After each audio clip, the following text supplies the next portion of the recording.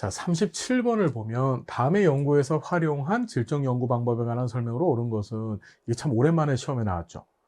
이게 참여행동조사라고 하는 겁니다. 참여행동조사. 한번 내용 볼까요? A 복지사는 가정밥 청소년들의 범죄 피해와 정신건강의 문제를 당사자의 관점에서 이해하고 주체적으로 해결하기 위해서 연구를 시작했다. 연구에 참여한 가정밥 청소년들은 A 사회복지사와 함께, 이 말이 중요하죠. 범죄 피해자와 정신건강과 관련된 사회 구조적인 문제를 해결하기 위한 다양한 방법들을 스스로 만들고 수행했다. 이 참여행동조사는 우리 기존에 한 번 시험에 출제가 됐었는데 이렇게 예시문으로 이번에 또 나왔어요. 우리 항상 시험 문제에서 예시문이 가장 어려운 거라 그랬죠. 왜냐하면 예시는 개념과 이론을 정확히 알아야만 그 예시를 풀 수 있거든요. 자, 그래서 참여행동조사라고 하는 것은 연구의 대상자가 연구를 당하는 것만이 아니고, 그죠? 당하는 것만이 아니고, 연구의 실질적인 참여자가 되는 거예요. 본인 스스로가. 그러니까 참여 행동, 본인이 연구에 참여해서 그 행동에, 그러니까 연구의 주체가 되어진다. 이런 의미를 갖고 있거든요. 그래서 여기 보시면은요, 개방 코딩, 축 코딩, 선택 코딩 방법을 활용한다. 이건 근거 이론 얘기죠. 범죄 피해와 정신건강을 설명하는 이론 개발에 초점을 둔다. 이론을 개발하는 거, 이것도 근거 이론 얘기죠. 1번하고 2번은 근거 이론 얘기입니다. 자, 스트라우스가 얘기했던 근거 이론. 자, 3번은 단일 사례에 대한 깊이 있는 분석에 초점을 둔다. 이건 사례 연구에 관한 얘기겠죠. 질적 연구 중에. 관찰 대상의 개인적인 설화, 내러티브라고 하죠. 초점을 둔다. 이게 내러티브 연구, 그 서사 연구라고 우리가 공부했었습니다. 그런데 사회변화와 인파먼트에 초점을 둔다. 이거죠. 그러니까 사회변화 인파먼트라고 하는 것은 클라이언트 스스로 피동적인 존재가 아니라 문제 해결의 주체가 돼서, 인파먼트는 역량 강화라는 뜻이잖아요. 사회 구성원들을 그렇게 바꿔놓는 겁니다. 그래 놓고 스스로 자신의 문제를 해결하게 만드는 거예요. 이 참여행동 연구는 연구와 그 다음에 인파워먼트라고 하는 이 두 가지 과업이 결합되어져 있는 참 멋진 연구 방법이죠. 자, 38번입니다. 다음 연구에서 활용한 연구 설계에 관한 설명으로 옳은 것 했습니다. 청소년의 자원봉사 향상 프로그램의 효과성을 검증하기 위해서, 자, 그러니까 자원봉사 의식 향상 프로그램이 독립변수고 그 효과성이 종속변수겠죠. 청소년 200명을 무작위로 2개 집단으로 나눴대요. 자, 무작위로 2집단을 나눴대. 그럼 100명, 100명 되는데 랜덤해서 나눴다는 거죠. 그리고 나서 자, 측정 도구 활용해서 사전검사 실시했대요. 사전검사했어. 하나의 집단에만, 얘한테만 프로그램 실시했어. 그리고 2집단을 대상으로 조사를 실시했대요. 여러분, 이게 바로 뭐지? 통제집단 사전사후검사 설계죠. 통제집단 사전사후검사 설계. 단순 무작위를 했고 사전검사를 실시하고 한 집단에게만 독립변수 제공하고 그 위에 이제 사후검사를 실시했어요. 그게 통제집단 사전 사후검사 설계다. 자, 개 특징을 보면 옳은 것. 테스트 효과 발생 가능성이 낮다. 여러분, 우리 검사 효과 이러니까 맨날 알잖아. 그래서 테스트 효과라고 출제한 거예요. 검사 효과 발생할 가능성이 상당히 높습니다. 검사 효과는, 테스트 효과는 사전검사를 하면 발생하는 거죠. 사전검사 때 사용한 척도가 사후검사 때 사용한 척도하고 같았었을 때 발생하는 내적 타당도, 그 다음에 외적 타당도 저해 요인이 테스트 효과였었습니다. 그래서 요거 틀렸죠? 굉장히 높아져요. 집단 간 동질성 확인 가능성이 낮다. 아, 동질성 확인, 사전검사를 실시했잖아. 그럼 2집단의 속성이 같다는 것을 확인하고 시작하죠. 무슨 말인지 알겠나요? 이 동질성 확인 가능성이 낮은 건 무슨 조사예요? 통제집단 사후검사 설계죠. 사전검사하지 않고 사후검사만 한 통제집단 사후검사 설계입니다. 자, 사전검사 프로그램의 상호작용 효과의 통제가 가능하다. 여러분, 사전검사와 프로그램의 상호작용 효과 통제 가능, 불가능? 이게 안 된다고 끊임없이 공부했었잖아요. 통제가 어렵습니다. 그러니까 사전검사 했고 프로그램의 상호작용 시험 효과라고 하죠. 통제 안 되고. 자연적 성숙에 따른 효과 통제가 가능하다 이랬습니다. 이게 가능하죠. 왜? 성숙이라고 하는 것은 단순한 시간의 흐름이 일종의 외생 변수나 또는 억압 변수 역할을 해서 내적 타당도를 떨어뜨리는 거예요. 그러면 이 성숙 효과를 통제하기 위한 가장 좋은 방법은 사전 검사를 하고 나서 개입을 하고 나서 사후 검사를 하는 요 시간들을 줄이면 돼. 무슨 얘기인지 알겠어요? 그러니까 프로그램 제공하고 나서 그냥 바로 뭐라지? 이제 사후 검사하고 사전 검사하고. 그러니까 다시 한번 성숙 효과를 줄이는 방법은 뭐라고 했어? 시간의 흐름이 외생 변수 역할을 하는 거니까 그 성숙 효과를 통제하는 방법은 그 시간을 단축시키면 되는 거예요. 단축시키면. 그러니까 얘는 통제가 가능해 안 가능해? 가능하죠. 자, 실험 집단의 개입 효과가 통제 집단으로 전이되어지죠. 자, 봐봐. 실험 집단의 개입 효과가 통제 집단으로 전이되는 이런 현상을 개입의 확산이라고 얘기했습니다. 그죠? 그런데 얘는 개입의 확산이 막혀지죠. 막을 수 있어요.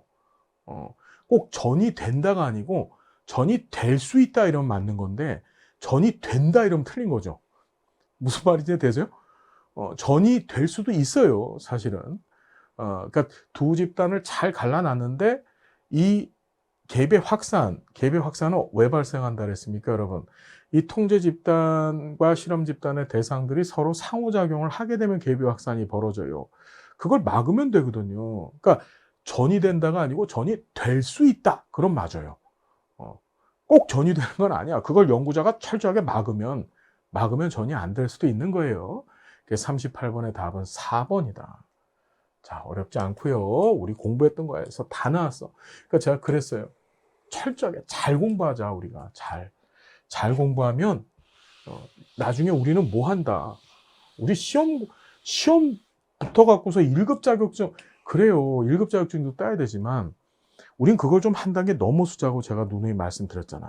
넘어서서 우리는 자격증도 취득하지만 이번 기회에 제대로 공부해서 최소한 우리가 현장에서 또는 학교에서 누군가 우리 1급이 되면 슈퍼바이저가 되잖아요. 그러니까 누군가를 가르칠 수 있는 그런 멋진 사람들이 좀 돼보자.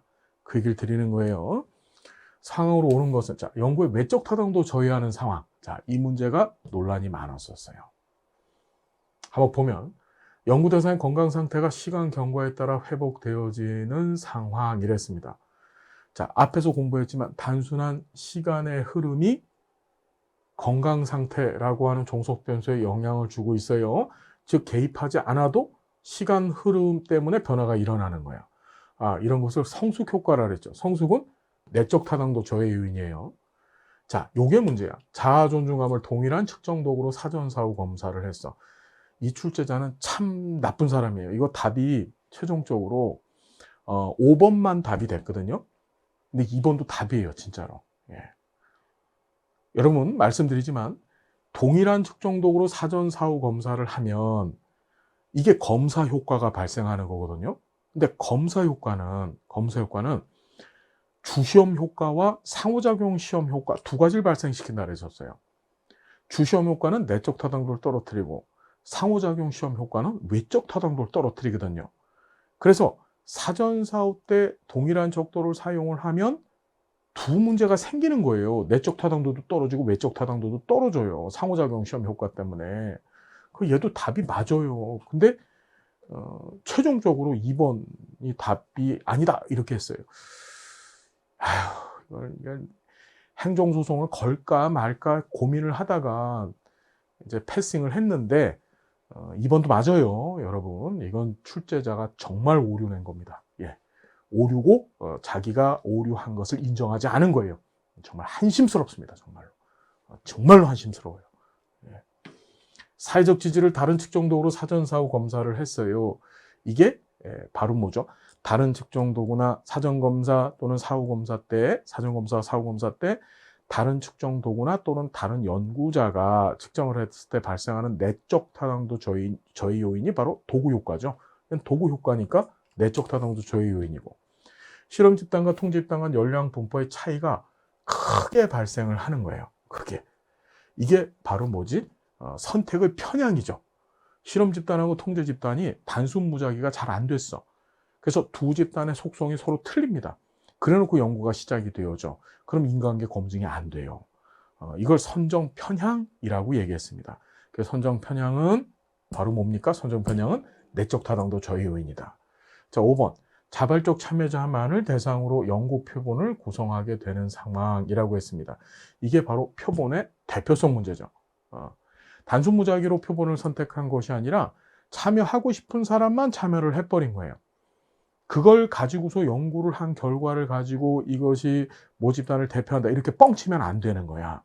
그러니까 5번이죠. 얘는 정확히 말씀드립니다. 2번, 5번 다 답이 돼요. 근데 최종적으로는 5번만 답된 걸로 해놨어요.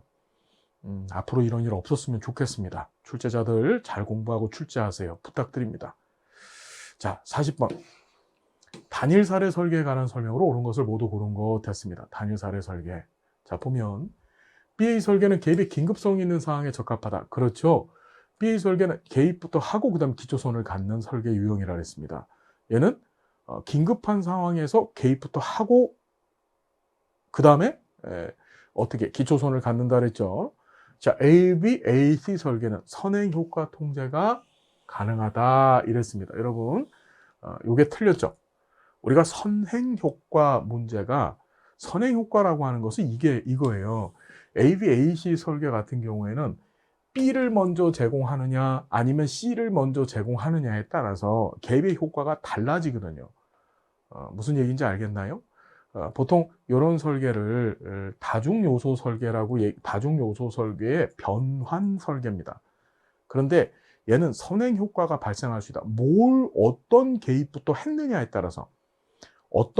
했느냐에 따라서 이후에 발생하는 효과가 달라질 수 있다는 거예요. 자, 그래서 여러분 니은 틀렸고요. 자, AB 설계는 AB 설계에 비해서 외부 사건의 영향력에 대한 통제를 크다. 여러분, AB 설계는요, 사실은 가장 완벽하게 인과관계를 규명할 수 있는 설계 유형이라 했습니다. 왜냐하면 기초선 두고 개입하고, 이 개입이 효과가 있는지 알아보기 위해서 또 한 번 기초선을 두고, 그리고 또 다시 개입을 한다 그랬죠. 즉, 두 번에 걸쳐서 인과관계를 규명을 해내는 거예요. 그러면 AB 설계에 비해서 외부 사건 영향력, AB 설계는 한 번만 하잖아요. 그러니 외부 사건이란 건 대표적인 내적 타당도 저해 요인이에요. 왜 이런 내적 타당도 저해 요인이 발생했는지를 얘는 통제가 안 돼요. 그냥 한 번 기초선 두고 개입을 하고 나서 그냥 끝이야, 그걸로. 무슨 말인지 알겠나요? 그러니까 외적 타당도 내적 타당도 저해 요인. 내적 타당도 저해 요인을 가장 완벽하게 통제할 수 있는 설계는 ABA 설계예요. 얘는 인과관계를 명확하게 규명해낼 수 있거든요. 자, 디귿 맞고요.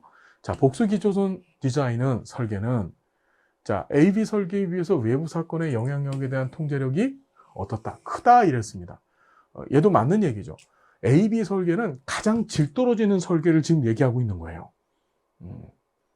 지금 디귿하고 리을은 같은 문제인데 사실은 AB 설계가 가장 외부 사건에 대한 통제력이 없다. 외부 사건을 통제할 수 없는 엉망진창 설계라는 걸 네가 아느냐? 그걸 묻는 문제죠. 그죠? 답은 5번이 되겠네요. 니은만 틀렸어요. 자, 단일 사례 설계 결과 분석 방법에 관한 설명으로 옳지 않은 것 했습니다. 자, 단일 사례 설계 결과 분석 방법은 자, 뭐가 있나요? 시각적 분석 방법이 있고 통계학적 분석 방법이 있고 이론적 분석 방법, 그러니까 시각적 유의성, 통계학적 유의성, 이론적 유의성, 그렇죠. 그 다음에 임상적 유의성, 이렇게 네 가지 분석 방법을 쓰는 거예요. 자, 시각적 분석은 변화의 수준 파동, 우리 어떻게 수준 파동, 파수경 이렇게 외우시라 그랬었어요. 파수경, 수준 파동 경향 고려해야 되고, 그러니까 시각적 분석은 단일 사례 설계 그래프를 그려놓고 그래프 안에 나타난 그 변화의 수준과 파동과 경향을 분석해서 단일 사례 효과성을, 그 개입의 효과성을 입증해내는 설계죠. 통계학적 분석을 쓸 때 기초선이 불완전한 경우 평균 비교가 적합하다. 우리 통계학적 분석에는 평균 비교법이 있었고, 그렇죠. 평균 비교법은, 그러니까 다시 한번, 평균 비교법이 있었었고, 그 다음에 경향성 분석법이 있었었어요. 두 가지. 경향성 분석법. 그래서 제 불안한 경향이 있어. 다리 덜덜덜 떠는 애를 가지고 제 불안한 경향이 있어. 이렇게 얘기했잖아요. 기초선이 불안정하면 경향성 분석법이고, 평균 비교법은 어떻게 쓴다 그랬어요? 기초선이 굉장히 안정적일 때 평균 비교법을 쓴다 그랬었죠. 자, 평균 비교에서는 평균과 표준 편차를 함께 고려해야 된다. 맞습니다. 표준 편차 쓰는 건 평균 비교법이에요. 경향성 분석에서는 기초선의 측정값을 두 영역으로 나눈 다음에 거길 선으로 이렇게 이어주는 게 경향성 분석법이라 그랬죠. 여러분, 이게 참 그냥 단순하게 시험 문제 안 나온다니까요. 정말 잘 알아야 돼요. 우리 통합이론서 안에 있는 내용 그대로 출제됐거든요. 그러니까 이론서 가지고 제대로 공부하셔서, 제가 누누이 말씀드려요. 한 번만 더 얘기할게요. 잔소리 같아서 그런데, 요번 말고는 내가 평생에 복지사로서 이렇게 잘 공부할 시간이 없다. 내가 1급 시험 준비하는 이때만큼은 제대로 한번 공부해 보겠다. 알겠죠, 여러분? 자, 임상적 분석은 결과 판단의 주관적 요소의 개입 가능성이 크다. 그렇죠. 임상적 분석이라고 하는 것은 아무리 이론적이거나 또는 이런 통계학적이나 또는 시각적 방법으로 분석이 됐다고 하더라도, 실질적으로 이 프로그램의 효과성에 대한 이 프로그램을 받은 사람들 입장에서 평가를 하라는 거예요. 일종의 임상적 분석은 만족도 평가거든요. 만족도 평가. 무슨 얘기인지 이해가 됐나요? 서비스를 받은, 프로그램을 받은 만족도를 평가하는 거예요. 그러니 당연히 판단의 주관적 요소 개입할 수밖에 없겠죠. 누구의 연구 대상자, 즉 단일 사례 설계 대상자들의 그런 판단의 주관적 요소가 개입될 수밖에 없습니다. 서비스는 뒤따 좋았는데 할머니가 서비스를 받았어요. 단일 사례 설계로 개입을 받은 거야. 근데 오늘 할아버지랑 대판 싸우고 왔거든요. 그리고 나서 이제 조사를 했단 말이에요, 연구자가. 그럼 아무리 서비스가 좋았어도 할머니 기분 나빠요, 오늘 답이. 그럼 답 나쁘게 해주거든요. A씨 신경질나. 그게 임상적 분석이에요. 그래서 주관적 요소 개입 가능성이 상당히 커진다. 답은 2번이 됩니다. 자, 측정 오류에 관한 설명으로 옳지 않은 것 됐습니다. 우리 측정의 오류는 크게 두 가지, 체계적 오류와 비체계적 오류, 우리 비체계적 오류, 무작위 오류라고 하죠. 두 가지가 있었었다. 자, 옳지 않은 것인데, 연구자의 의도가 포함된 질문은 체계적 오류를 발생시킨다. 맞아요. 연구자의 의도가 포함돼서 이걸 유도성으로 끌고 가면 체계적 오류, 체계적 오류는 편향이 발생한다는 거죠. 편향. 타당도를 깎아먹는다 그랬었어요. 사회적으로 바람직한 응답은 체계적 오류를 발생시킨다. 그렇죠. 이게 사회적 바람직성 편향이라고 했었습니다. 당신은 동성애에 대해서 어떻게 생각하십니까? 그럼 나는 속으로는 동성애 되게 좋아하는데, 제가 좋아한다는 거 아닙니다. 절대로. 예, 좋아하는데, 예를 들어 목사님께서 설문지를 주고서 너 동성애에 대해서 어떻게 생각하니? 이렇게 하면 그걸 좋다라고 얘기하면 안 되겠지. 나쁘다라고 응답을 하는 거예요. 편향이 발생을 해요. 자, 그 다음에 측정의 오류는 연구의 타당도를 낮춘다. 여러분 잘 보셔야 돼. 측정의 오류가 연구의 타당도를 낮춰. 어떤 측정이, 어떤 오류가? 체계적 오류가. 그러니까 얘는 체계적 오류는 연구의 타당도를 낮추고, 비체계적 오류는, 무작위 오류는 연구의 신뢰도를 낮추는 거죠. 그러니까 여기다가 지금 뭘 안 써놓은 거예요. 체계적 오류는. 근데 이거 틀리다고 보면 안 되죠, 이 지문은요. 무슨 얘기인지 알겠습니까, 여러분? 자, 4번. 타당도가 낮은 척도의 사용은 무작위 오류를 발생시킨다. 여러분, 무작위 오류가 바로 뭐예요? 무작위 오류가. 말씀드렸듯이 무작위 오류가 비체계적 오류고, 비체계적 오류는 신뢰도를 깎아먹는다 그랬죠. 그러니까 타당도가 낮은 척도는, 타당도하고 관련이 있는 건 체계적 오류예요. 무작위 오류는 계속 말씀드리지만 뭐하고 관련이 있는 거예요? 신뢰도하고 관련이 있는 거예요. 그래서 신뢰도가 낮은 척도를 자꾸 쓰면 그게 무작위 오류를 발생시킨다. 이렇게 봐야 되죠. 측정의 다각화, 우리가 삼각화라고도 얘기합니다. 측정의 오류를 줄이는 아주 좋은 방법이에요. 그 측정의 다각화는 주로 이 측정을 할 때 다양한 측정 도구를 쓰든지, 하나의 측정 도구만 쓰는 게 아니라, 또는 다양한 측정자가 들러붙어 갖고 측정을 하는 거예요. 무슨 말인지 돼요? 이 측정의 다각화를 또 우리가 어디서 봤냐 하면, 질적 연구에서도 질적 연구의 엄격성을 높이는 방법 안에서도 이런 다각화 방법을 써요. 여러 가지 도구를 쓰든지 아니면은 여러 연구자들이 붙어갖고 연구를 같이 하는 거야. 무슨 말인지 이해됐나요? 그럼 측정 오류를 줄일 수가 있겠죠. 잘못 측정할 수도 있잖아. 개인 한 연구자가 연구를 하면. 그런데 다른 연구자가 들러붙어갖고서 측정한 걸 또 측정을 해보는 거야. 또는 한 측정 도구를 갖고 한 척도를 갖고 연구를 해봤는데 그 연구가 잘못될 수도 있잖아요. 그 측정 도구가. 그러니까 다른 측정 도구를 또 써보는 겁니다. 그걸 측정의 다각화라고 합니다. 그 다각화를 쓰면 측정의 오류, 체계적 오류, 비체계 오류 전반적으로 많이 줄일 수가 있어요. 자, 43번. 변수의 조작적 정의에 관한 설명으로 옳은 것을 모두 고른 것은, 자, 변수는 개념적 정의를 실제로 관찰할 수 있는 수준으로 전환시키는 것이다. 맞는 얘기죠. 우리가 뭐 배웠냐면 개념의 구체화 과정. 이래서 개념적 정의, 조작적 정의, 측정, 척도 이렇게 순서를 공부해 봤었습니다. 자, 개념적 정의는 어떤 추상적인 개념을 사전적으로 정의 내린 거고 그걸 실제로 측정 또는 관찰할 수 있는 수준으로 바꾸는 것을 이걸 바로 뭐라고 해요? 이걸 바로 조작적 정의라고 하는 거죠. 그러니까 기억은 조작적 정의에 대한 명확한 정의를 한 거고요. 조작적 정의를 하면 개념의 의미가 다양하고 풍부해진다. 개념의 의미를 다양하고 풍부하게 만드는 것은 조작적 정의는 계속 말씀드리지만 측정하게 만드는 거예요. 관찰하게 만드는 거. 개념의 의미를 다양하고 풍부하고 또 아주 정확하게 탁 정의 내리는 건 그건 개념적 정의 얘기죠. 개념적 정의. 조작적 정의가 아니고. 자, 조작적 정의를 통해 개념이 더욱 추상화된다. 우리 계속 공부했지만 개념적 정의, 조작적 정의 아래로 내려갈수록 구체화되고 위로 갈수록 추상화된다 그랬었어요. 그래서 조작적 정의 쪽으로 갈수록 개념이 추상화되는 것이 아니라 구체화되는 겁니다. 가장 추상적인 게 뭐예요? 사람 머릿속에 있는 개념이죠. 자, 이것도 틀렸고요. 조작적 정의가 없어도 가설 검증이 가능하다. 여러분, 가설은 양적 연구에서 쓰는 거고요. 양적 연구에서. 그리고 검증을 어떻게 양적, 수량적으로 검증을 해내는 거예요. 그래서 우리는 측정이란 방법을 쓰는 거고 측정하기 위해서 조작적 정의를 해야 되는 겁니다. 다시 말해서 조작적 정의 없으면 가설 검증할 수 있었어. 못하는 거야. 모든 양적 연구는 다 조작적 정의를 해요. 측정 가능하게 하는 거야. 설문지가 척도가 만들어지고 그걸 통해서 그 설문지를 만들어서 연구를 진행하는 겁니다. 그러니까 43번의 답은 1번이네요. 1번. 하나밖에 맞는 게 없습니다. 옳은 것 1번이고요. 자, 44번이 표지보차. 아유, 요것도 또 시험 문제 나와가지고 모두를 경악하게 만들었었어요. 자, 보면 표지보차에 관한 설명으로 옳지 않은 것은, 자, 신뢰 수준을 높이면 표지보차는 감소한다 이랬습니다. 신뢰 수준을 높이면. 여러분, 신뢰 수준이 높아지면 표지보차 옳지 않은 거예요. 지금 신뢰 수준이 높아지면 표지보차는 감소.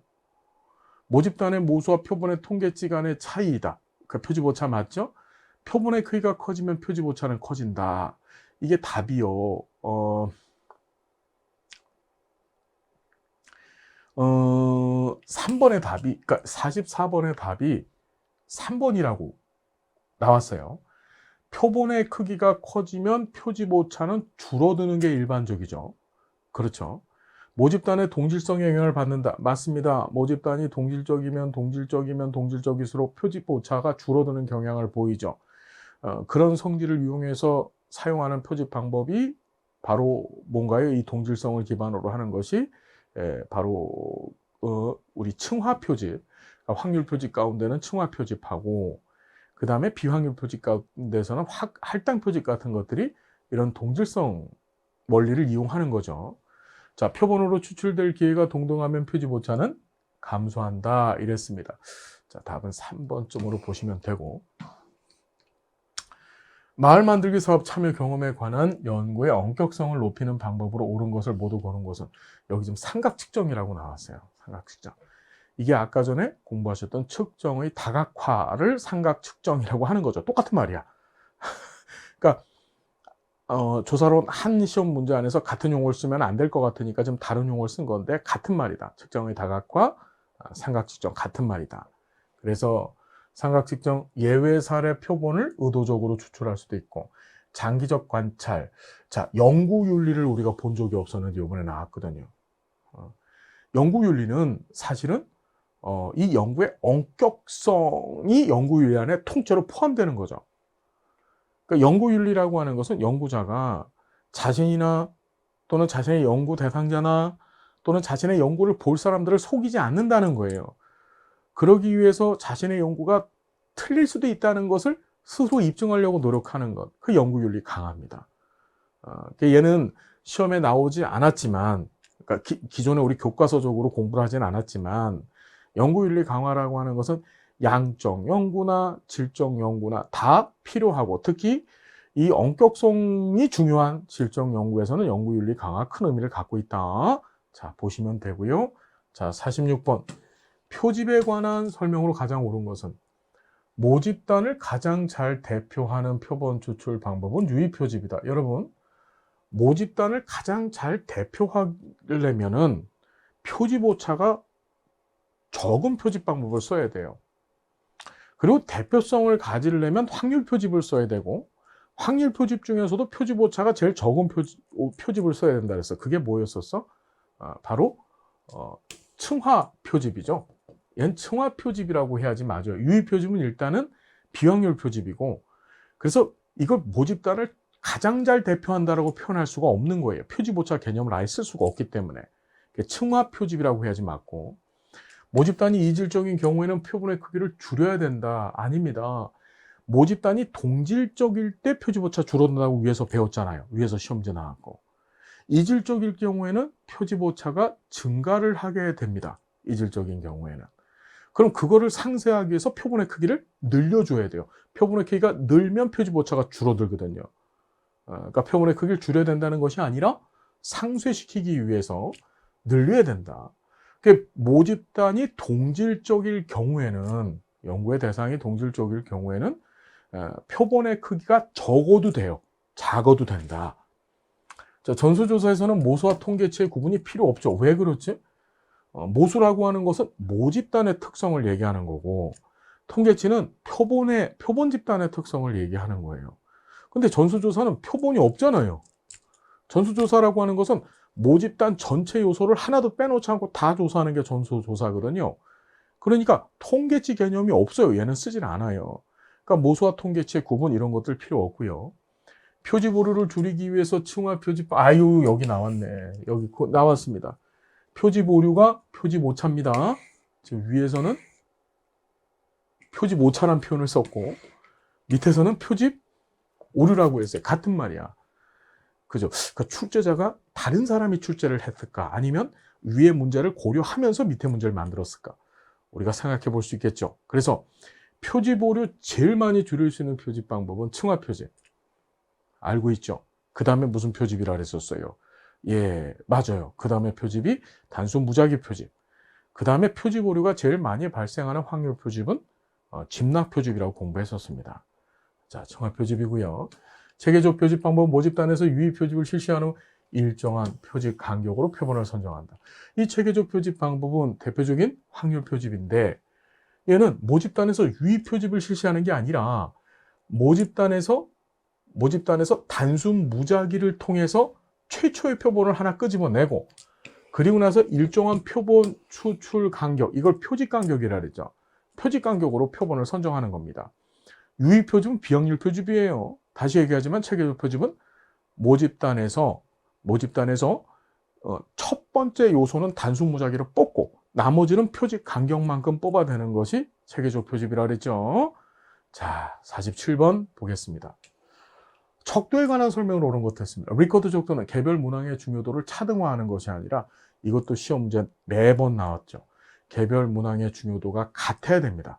문항의 중요도가 같아야 돼요. 왜냐하면 얘는 총합평정 척도, 즉 총화라는 건 더하는 거라 그랬었어요. 개별 문항들의 응답 범준의 응답값들을 다 더하거든요. 더해서 그 총량을 갖고서 이제 양적인 분석을 해야 되는 건데, 그 더했었을 때 어떤 문항은 점수값이 높고 어떤 문항은 점수값이 적고 그러면 안 돼요.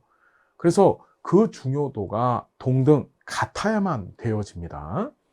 자, 보가더스의 사회적 거리 척도는 누적 척도다. 자, 이거 맞죠?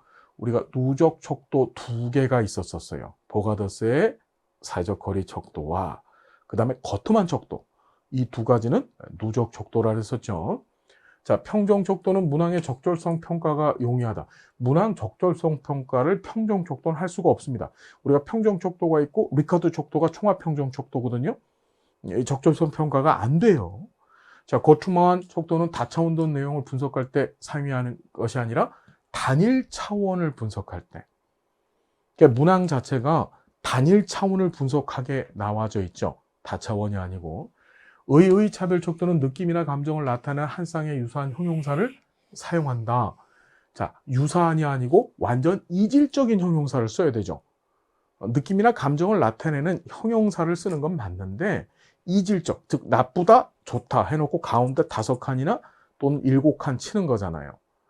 그러니까 이 문제는요, 정말 말장난 같은 문제, 각 척도의 정의를 네가 정확히 아니? 그걸 묻고 있는 그런 문제였었다.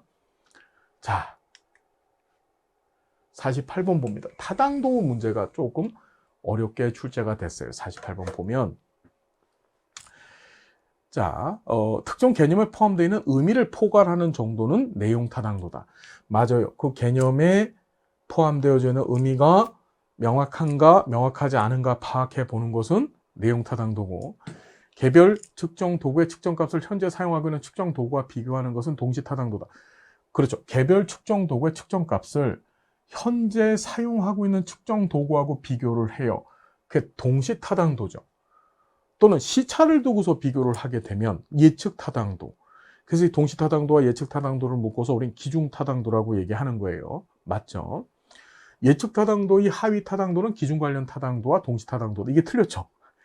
기준 타당도 안에 동시 타당도와 예측 타당도가 포함되는 거죠. 기준 타당도 안에. 그러니까 맞게 고치려면 어떻게 고쳐야 돼요? 기준 관련 타당도의 하위 타당도, 즉 그 안에는 예측 타당도와 동시 타당도가 있다. 이래야지 맞죠. 측정하려고 하는 개념이 포함된 이론 체계 안에서 다른 변수와 관련된 방식에 기초한 타당도는 구성 타당도다. 그렇습니다. 이론과, 그러니까 개념을 이론 체계 안에서 분석하려고 하는 거 구성 타당도고, 얘는 구성 타당도 안에서도 뭔가요? 이해 타당도에 관한 얘기하고 있는 거죠. 특정 이론을 가지고 분석하는 거니까. 그 답은 기억, 리은, 리을. 니은은 디귿이 틀렸네요. 예, 기억, 니은, 리을이다. 4번입니다. 자, 신뢰도를 측정하는 방법으로 옳지 않은 것 됐습니다. 49번. 동일한 상황에서 동일한 측정 도구로 동일한 대상을 다시 측정하는 방법. 이게 뭐죠? 검사, 재검사법 얘기하고 있는 거죠. 측정 도구를 반으로 나눠서 2개 독립된 척도로 구성하는 동일한 대상을 측정하는 거. 이거 반분법입니다. 상관관계가 높은 문항들을 범주에서 하위 요인들을 구성하는 방법. 이런 거 본 적 있어요? 상관관계가 높은 문항들을 범주화해서 하위 요인을 구성한다? 뭐 요인 분석법 이런 건데, 요인 분석법은 신뢰도 측정 방법이 아니라 타당도 측정 방법이에요. 그러니까 여러분 얘는 틀렸고요. 동질성 있는 2개 측정 도구를 동일한 대상한테 측정하더라. 그러니까 동질성 있는 2개 측정 도구를 만들어 가지고 동질성, 그러니까 비슷한 거야. 똑같은 게 아니고. 그래서 동일한 측정 대상한테 이 동질성 기반으로 하는 척도도 바로 뭔가요, 여러분? 그러니까 2개 측정 도구를 쓴대요. 이거 바로 이제 대안법, 복수양식법 생각하면 되겠죠. 전체 척도와 척도의 개별 항목이 얼마나 상호 연관성이 있는지 분석하더라. 여러분 답은 3번 되겠습니다. 자, 50번 할당 표집 방법에 관한 설명으로 옳지 않은 것 했습니다. 할당 표집. 자, 보면 모집단의 주요 특성에 대한 정보를 활용한다. 그렇죠. 그러니까 할당 표집은 특성을 알고 있어야 돼요. 연구자가. 모집단에 자신이 연구하고자 하는 집단에 대해서. 왜냐하면 얘는 우리 확률 표집의 층화 표집하고 같다 그랬잖아요. 단지 하나 차이점이 층화 표집에서는 단순 무작위행위를 하는데 얘는 단순 무작위행위가 없다 그랬었습니다. 그래서 층화를 시키려면 할당을 시키기 위해서는 모집단에 대한 정보, 할당 기준을 알아야 된다 그랬었죠. 예, 그러니까 필요하고 모집단을 구성하는 주요 변수별로 표본을 할당하는 확률표, 이게 틀렸죠. 모집단을 구성하는 주요 변수별로 표본을 할당하는 건 맞는데 그 안에서 확률 표집을 실시하는 것이 아니라 비확률 표집, 즉 단순 무작위를 하지 않는 거라 그랬습니다. 할당 표집은 여러분 비확률 표집이에요. 2번이 틀렸네요. 자, 지역 주민 조사에서 전체 주민의 연령대별 구성 비율에 따라 표본을 선정하더라. 그러니까 연령대가 뭐가 되는 거예요? 할당의 기준이 되어지는 거죠. 지금 모집단에 대한 주요 특성에 대한 정보라고 했는데 연령대를 알아야만 주민들을 가지고 할당할 거 아니에요. 그죠? 전체 주민의 표본 추출 시 할당 틀을 만들어서 사용한다.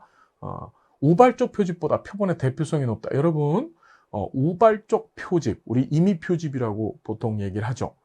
그러니까 우리 다시 정리하자면 비확률 표집 중에서 가장 그나마 표집 오차란 표현 쓰면 안 되고 표본의 대표성이 높은 표집이 바로 할당 표집이라고 했었습니다. 그러니까 우발적 표집보다 표본의 대표성이 높다. 우리 비확률 표집 안에 우발적 표집, 즉 임의 표집, 유의 표집, 할당 표집, 눈덩이 표집이 있었잖아요. 그중에 표본의 대표성이 제일 높은 건 뭐예요? 할당 표집이라고 보면 되겠더라. 자, 이렇게 해서 50번의 답은 2번이 되죠. 2번.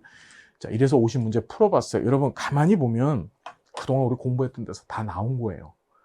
예, 다시 얘기하지만 우리 시험은요, 문제은행 방식 아니에요. 시험 보는 그 범위는 정해져 있어요. 범위는 정해져 있지만 그 범위를 가지고 정말 다양한 형태로 고루고루 잘 출제가 됩니다.